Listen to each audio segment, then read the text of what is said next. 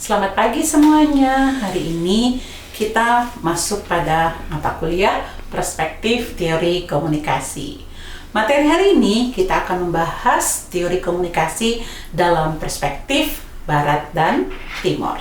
Oke, kita mulai dengan perspektif yang pertama, yaitu perspektif covering loss. Ketika kita sedang membicarakan mengenai perspektif, pasti Anda harus ingat, kita sedang membicarakan tentang cara pandang. Jadi, cara pandang yang dimiliki oleh covering law adalah menitik beratkan pada sebab akibat. Oke, perspektif ini memang dikenalkan oleh Dre bahwa yang namanya perspektif covering law terdiri bahwa teori ini harus ada penjelasan-penjelasan yang berdasarkan pada keberlakuan umum atau hukum umum. Yang kedua, penjelasan teori ini berdasarkan analisis keberaturan. Nah, jadi kalau menurut Hempel, yang namanya covering law itu harus ada deduktif nomologika. Jadi dia berprinsip bahwa deduktif nomologikal ini ada objek dan subjek penjelasannya. Jadi kalau semuanya X, maka adalah Y, gitu. Jadi sifatnya universal. Yang kedua, dalam deduktif statistikal. Jadi ada hukum deduktif statistikal berdasarkan prinsip probabilitas dalam covering law. Yang selanjutnya ada induktif statistikal. Jadi yang namanya covering law harus berdasarkan prinsip probabilitas statistik, sementara harus ada subjek penjelasannya atau eksplanatif dalam induktif statistikal ini. Kita lihat yang selanjutnya bahwa covering law punya keterbatasan. Ya, pertama, bahwa prinsip-prinsip universalitas itu diberlakukan secara relatif. Yang kedua, bahwa dalam covering law, formula statistik ini sulit diterapkan dalam mengamati tingkah laku manusia, karena sebenarnya tingkah laku manusia itu pasti berubah-ubah dan sulit kita terka, ya kan? Yang ketiga, manusia dalam kehidupannya juga terikat oleh ikatan-ikatan budaya-budaya yang spesifik. Jadi ini merupakan salah satu kelemahan dari covering law, karena budaya pasti mempengaruhi juga.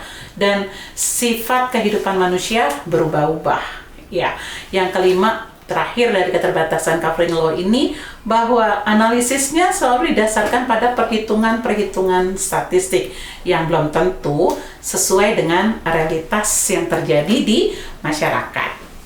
Kita lanjutkan yang kedua, yaitu rules theory. Rules theory ini itu berdasarkan prinsip praktis bahwa manusia itu aktif memilih dan mengubah aturan-aturan yang menyangkut kehidupannya, gitu ya. Perspektif rules theory ini punya dua ciri yang penting.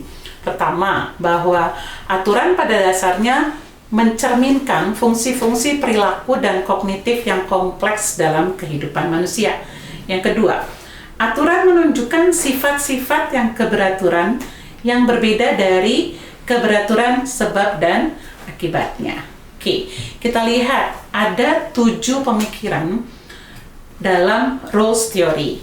Para ahli dari tradisi rules theory ini itu mengamati bahwa tingkah laku manusia, pemikiran rules theory dibagi menjadi 7 kelompok. Kelompok pertama itu memfokuskan perhatiannya pada pengamatan tingkah laku sebagai rules atau aturan. Kelompok yang kedua mengamati tingkah laku menjadi kebiasaan yang disebut dengan perilaku umum atau perilaku reguler. Yang ketiga, dia memusatkan perhatian pada aturan-aturan yang menentukan tingkah laku. Jadi aturanlah yang menentukan tingkah laku. Ada rule-nya, ada tingkah laku. Berarti kelompok yang ketiga, bahwa aturanlah yang menentukan tingkah laku. Sementara yang keempat, tadi kan aturan yang menentukan tingkah laku. Sekarang tingkah laku yang menentukan aturan. Ya enggak? Yang kelima justru aturanlah yang mengikuti tingkah laku ini. Nah, yang keenam, aturan-aturan yang menerapkan tingkah laku. Sedangkan yang ketujuh, Memusatkan perhatian pada tingkah laku yang merefleksikan aturan. Ya, jadi tinggal dibalik-balik bahwa aturan menentukan perilaku, perilaku menentukan aturan, dan sebagainya. Nah, gimana caranya rules theory ini diterapkan dalam komunikasi antar pribadi?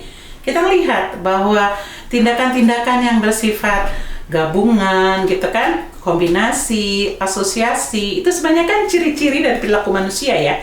Nah, yang kedua bahwa tindakan di atas disampaikan melalui pertukaran informasi secara simbolis. Jangan lupa ya, dan ketika kita melakukan komunikasi maka muncullah simbol-simbol dari interaksi kita. Yang ketiga, penyampaian informasi simbolis itu menuntut adanya interaksi antar sumber, komunikator dan komunikan, pesan, dan pasti si komunikan sebagai penerima yang harusnya sesuai dengan aturan-aturan komunikasi yang mereka sepakati. Dan yang terakhir, aturan-aturan komunikasi ini mencakup pola-pola umum dan khusus. Itu adalah rules theory. Yang ketiga adalah perspective system. Perspective system ini ada 4 sifat pokoknya. Pertama, bahwa dalam sistem ada elemen-elemen yang ada karakteristiknya. Sistem berada secara tetap dalam lingkungan yang berubah. Sistem hadir karena reaksi atas lingkungan, dan sistem merupakan koordinasi dari hierarki di antara manusia. Dan teori-teori dalam sistem ini ada general system theory, teori sibernetika, dan teori struktural fungsional. Oke, kita lihat bahwa sistem ini terbuka. Jadi ada 5 karakteristiknya, ada komponennya, ada spesifikasi antar komponen, dan ada perilaku sistem, lalu ada interaksinya. Lalu terakhir ada proses evaluasi sistem. Nah, karena itu kita bisa lihat bahwa dalam sistem banyak yang bisa kita gunakan dalam penelitian komunikasi. Sementara dalam sistem tertutup, sistem ini kita bisa melihat itu bisa berubah-ubah dalam proses transformasinya. Tapi perilaku manusia dalam sistem tertutup ini pasti dia terisolasi dari lingkungan. Walaupun dia tetap pada titik keseimbangan sempurna, dan sistem ini pasti ditentukan oleh kondisi awal. Walaupun keadaan entropi manusianya cenderung meningkat. Oke, kita lihat teori sibernetik ya. Jadi Anda bisa melihat teori sibernetik ini adalah teori-teori yang terkait dengan jaringan. Jadi ada feedback, ada kontrol, ada pemusat informasi, dan sebagainya. Kita lanjut pada teori struktural fungsional. Kita lihat bahwa teori ini biasanya sistem dipandang pada satu kesatuan yang terdiri dari unsur-unsur yang saling berkaitan. Ada spesifikasi lingkungan, termasuk spesifikasi faktor-faktor eksternal yang mempengaruhi sistem tadi. Ciri-ciri sistem ini juga sifatnya dipandang esensial untuk keberlangsungan dari sistemnya. Ada spesifikasi jarak dengan yang menentukan perbedaan nilai antara satu orang dengan yang lain, dan biasanya secara kolektif beroperasi sesuai dengan ciri-cirinya untuk menjaga eksistensi dari sistem tersebut. Itu yang ada pada teori struktural fungsional. Oke. Ini kalau kita melihat ciri-ciri pembeda dari ketiga sistem yang tadi. Jadi kalau general system theory adanya pengukuran terhadap variabel struktur. Kalau di sibernetika adanya jaringan antara satu dengan yang lain. Lalu pada struktural fungsional ada indikator-indikator cara kerja sistem yang ditentukan, ada jarak dan sebagainya. Kita lanjutkan ya pada perspektif simbolik interaksionisme. Kerangka pemikiran simbolik interaksionisme ini berasal dari disiplin sosiologi. Kita bisa melihat pemikiran simbolik interaksionalisme ini, kita lihat yang pertama, tingkah laku dan interaksi manusia dilakukan melalui perantaran lambang-lambang yang mengandung arti.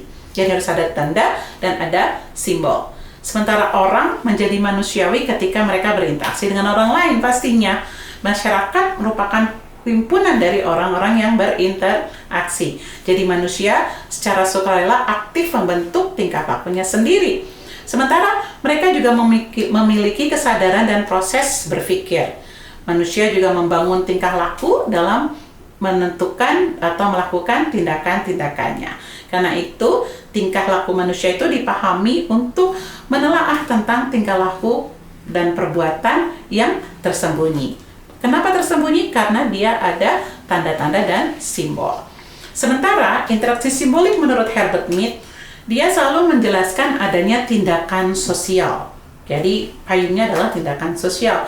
Jadi setiap orang pasti punya initial gesture, ada respon, dan ada hasil dari tindakan dari kedua belah pihak itu, yaitu komunikator dan komunikan. Jadi, interaksi sosial merupakan hasil perpaduan antara pemahaman diri sendiri dan pemahaman atas orang lain.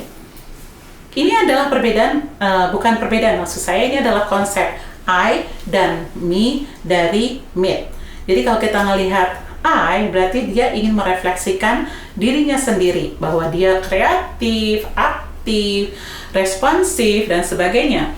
Sementara me itu ketika dia berada di interaksi sosial, ketika dia berada di antara masyarakat, maka dia mendirikan kepada me. Sementara self itu dibuat ketika mereka interaksi antara posisi dia sebagai I dan me, gitu ya. Ini adalah cerminan dari konsep dirinya Herbert Mead. Oke. Sementara interaksi simbolik menurut Herbert Blumer itu juga melihat bahwa manusia itu juga berinteraksi. Maka ada bentuknya, yaitu things, social things, dan idea atau abstrak. Ini adalah cerminan dari konsep diri manusia. Oke, kita lanjutkan saja ya, bahwa dalam Blumer menyatakan bahwa ada tahap eksplorasi dari manusia itu sendiri dan ada tahap inspeksi. Ya, karena ini lanjutan dari eksplorasi tadi. Sementara menurut Kuhn, interaksi simbolik itu dia bersifat kuantitatif. Ada objek sasarannya dan sifatnya kuantitatif. Jadi, menurut dia ada ordering variable dan ada locus variable. Ini yang menonjolkan atau ditonjolkan dari interaksi simbolik menurut Manfred Kuhn. Oke. Yang selanjutnya adalah dramatism menurut Kenneth Burke. Kenneth Burke ini menjelaskan bahwa symbolic interactionism itu merupakan hasil dari drama. Ada aksi, ada tindakan, ada motion. Jadi dramatisasi itu biasanya ada 5 unsurnya, yaitu tindakan, ada scene atau situasi, ada agent atau pelakunya, ada agency, yaitu alat atau sarana, dan ada tujuan atau purpose dari tindakan tersebut. Ini adalah materi kita hari ini mengenai perspektif Barat dan Timur. Anda bisa baca di daftar pustaka untuk lebih mendalami materi teori-teori perspektif Barat dan Timur. Sekian, terima kasih materi kita hari ini. Assalamualaikum warahmatullahi wabarakatuh.